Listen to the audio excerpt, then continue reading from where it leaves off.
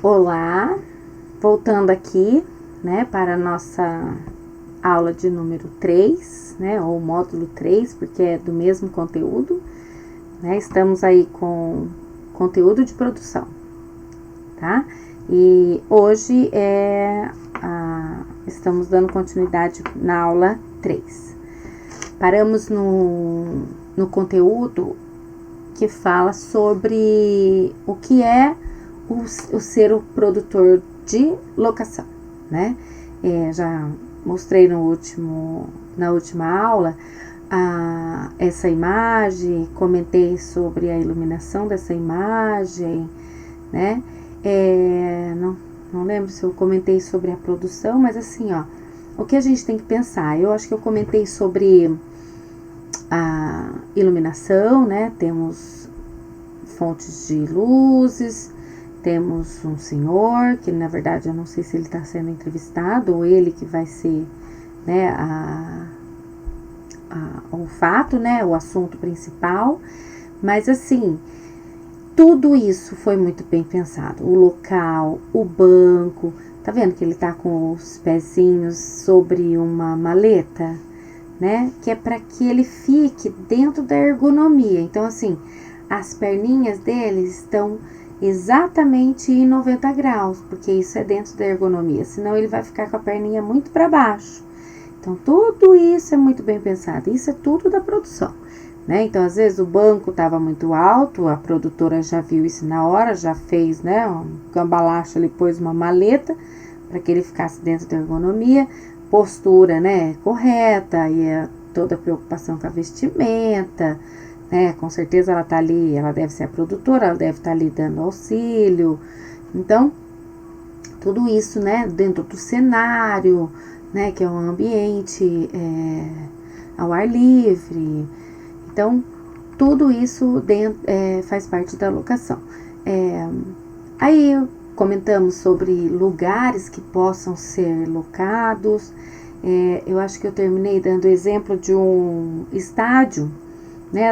Muitas vezes você tem que fazer um ensaio, de repente no meio de um campo de futebol, e que às vezes eu preciso levar a iluminação. Às vezes nem tudo é a bateria. Às vezes eu preciso colocar ali, preciso de uma extensão, né? Então, uma extensão super, hiper, mega gigante, né? Então, tudo muito bem pensado, tudo que é feito ao ar livre, o que eu tenho, qual é o planejamento? Clima-tempo é importante? Super importante. Eu preciso conhecer, pesquisar, se no dia que for marcado a produção, né, para capturar toda a imagem, se vai ser fotografia ou se vai ser vídeo, eu preciso saber se vai estar chovendo, se vai estar sol, como vai estar o céu, se o céu vai estar, né, sem nuvens, se o céu estará coberto de nuvens, cada um é uma cor diferente. Lembram que quando eu tenho o céu azul, o sol é direto, a luz é muito dura, direta, uma luz muito intensa, né? Se eu tenho o céu, né, entre a produção e o sol tem nuvens, então o céu tá branco, mas a iluminação é mais, a intensidade dela é mais difusa, né? Então, dependendo se eu for fazer do horário, qual o melhor horário para se fazer, né? Se você quer dar um clima de luz da manhã, lembrando que a luz da manhã é um pouquinho mais fria, a luz no final da tarde é mais quente, mais amareladinha, a luz perto do meio-dia ali, que falo que é uma luz que vem superior, né? É uma luz muito direta. Se for trabalhar com personagens, não é uma luz agradável, né? Então,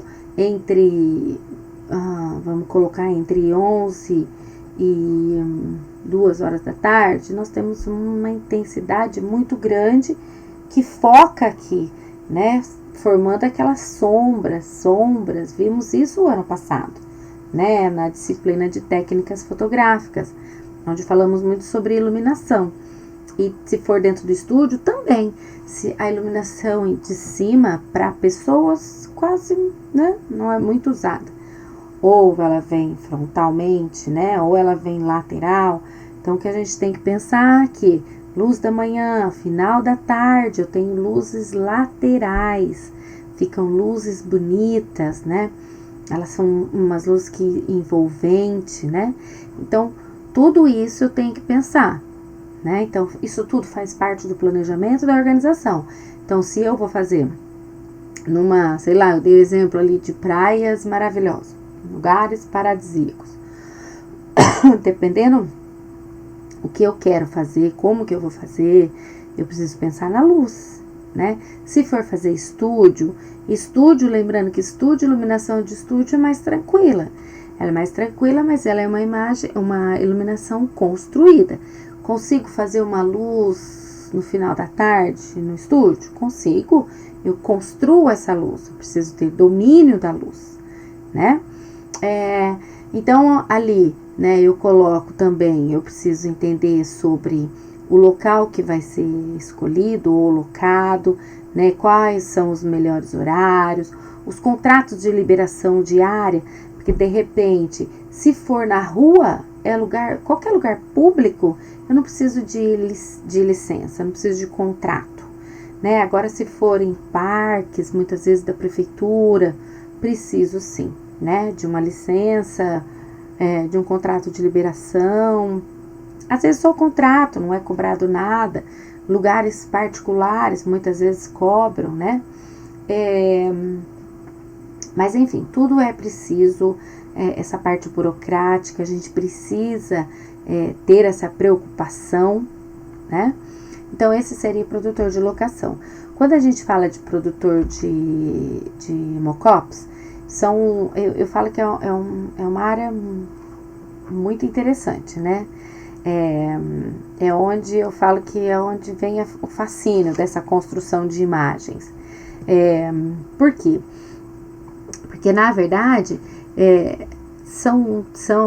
às vezes, você confecciona, você constrói uma embalagem ou um produto, você acaba fazendo ele ou em miniatura ou gigantesco, não importa o tamanho, mas tem que ser idêntico ao produto original, muitas vezes para poder capturar imagem ou para fazer eventos, né? Às vezes a gente vê eventos, shows, sei lá, alguma coisa assim, que tem aqueles, me fugiu agora o nome, não são balões, né? São aqueles, tipo, produtos infláveis que formam o assunto, né? O produto principal, que, sei lá, se for da Coca-Cola, aí é a Coca-Cola, o formato da Coca-Cola inflável, gigantesco. Isso tudo são protótipos que é para divulgar a marca, né? Dentro de estúdio, quando eu falo de maquiagem, de truques na fotografia, o sorvete, eu até coloquei o sorvete aqui como um exemplo. O sorvete, ele é uma massinha que a gente constrói.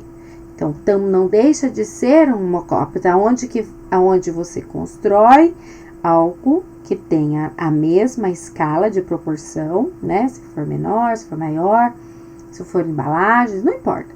Tem que ser idêntico ao original, né? Então, a gente sempre tem que pensar, acho que os 2 exemplos que eu usei são de sorvetes. Aqui de massinha, a gente constrói essa massinha, porque a iluminação de estúdio jamais dá para se fazer fotografia de sorvete, porque ele derrete. Eu comentei isso em sala de aula com vocês. Então, assim, tudo isso é criado, a gente compõe isso não derrete. Eu ponho onde eu quiser, na iluminação que eu quiser, ela não vai derreter, né? Então, o que ele é? Ele serve para mostrar para o cliente o produto real. Então, quanto mais parecido com o real, essa é a intenção. Então, ali ela é muito usada em comerciais, muito usada no cinema. Já vou falar aí embaixo um pouquinho sobre um exemplo que eu dei no cinema, em fotografias publicitárias. Às vezes os produtos são muito grandes e você precisa construído miniaturas para poder fazer dentro de estúdio, né? Para pensar na iluminação, fica mais fácil, né? Também pode ser produzida para exposição, né, do produto, como eu acho que eu dei exemplo da Coca-Cola, em shows, em congressos. Então, o que para fotografia publicitária são importantes, muito importantes, porque eles permitem que sejam feitas as fotografias de produtos sem que estes sofram alterações. Então, sempre pensando na igualdade, né? Que seja original, né? Que seja tão original quanto original. Eu coloquei aqui um link. Eu vou abrir aqui rapidamente. Eu falei que eu não ia abrir porque ele é muito longo, mas nós não vamos assistir assim, não. Eu vou deixar o link. Depois, se vocês tiverem interesse em assistir, é bem bacana.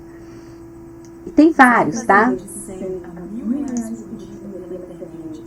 Tem vários que mostram não, fui direto, né? Olha, professor. É do Titanic. Então, como foi feito o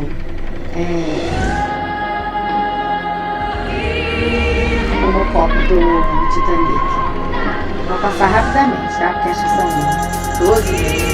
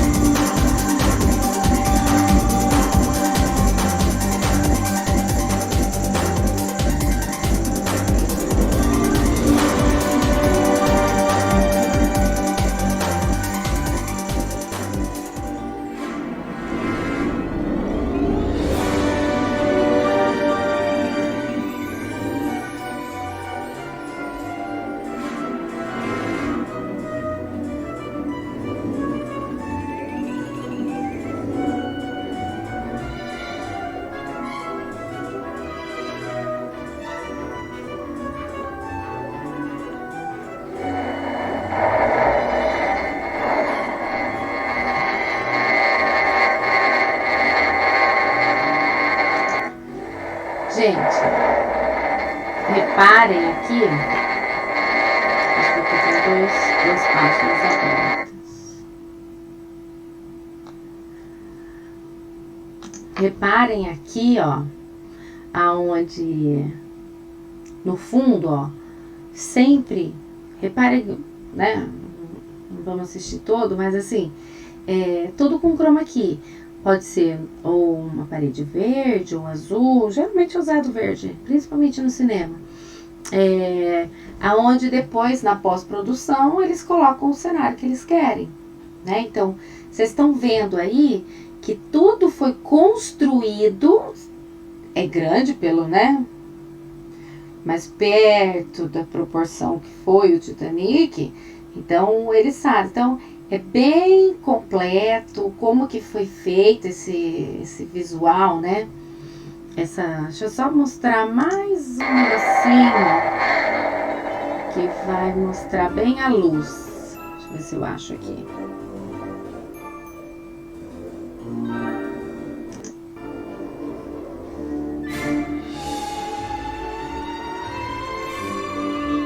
Várias câmeras, né?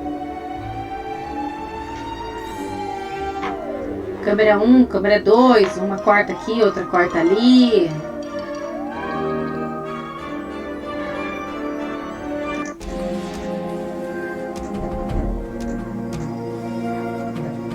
Aqui no papel, ó, antes de construir. Reparem, gente, olha como que é legal as animações.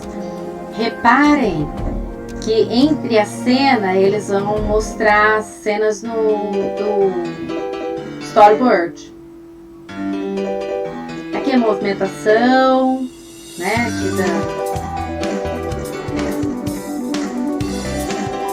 Aqui vamos para o que interessa. Ó, cenas, isso é storyboard.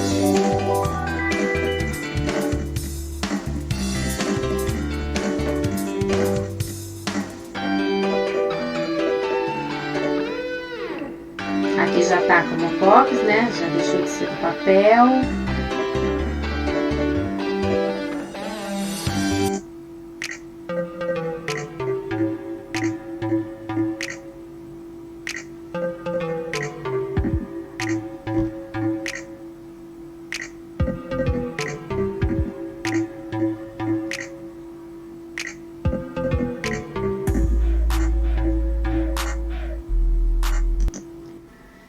É que eu quero mostrar mais a parte técnica, né? Edição, ó. Essa aqui é a tiara.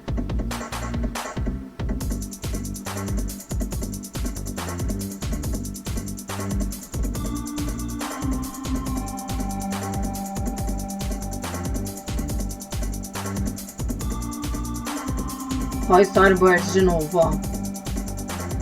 Mostrando a cena. Vocês viram como acompanha, né? Toda a narração, juntamente com o storyboard, né? A narração no desenho, para construção. Ó o chroma key de fundo.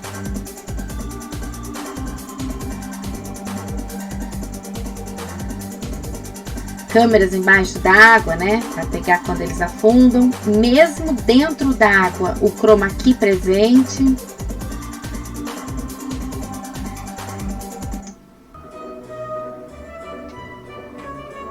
Aqui já quando eles... Não sei se todos assistiram Titanic, mas Titanic foi uma produção gigantesca, né? Pro cinema. Aí mostra aqui no final a maquiagem. Depois, se vocês tiverem interesse, assistam ali, dá pra ver mais detalhadamente aqui, fazendo a maquiagem, quando quando ele afundou mesmo, né?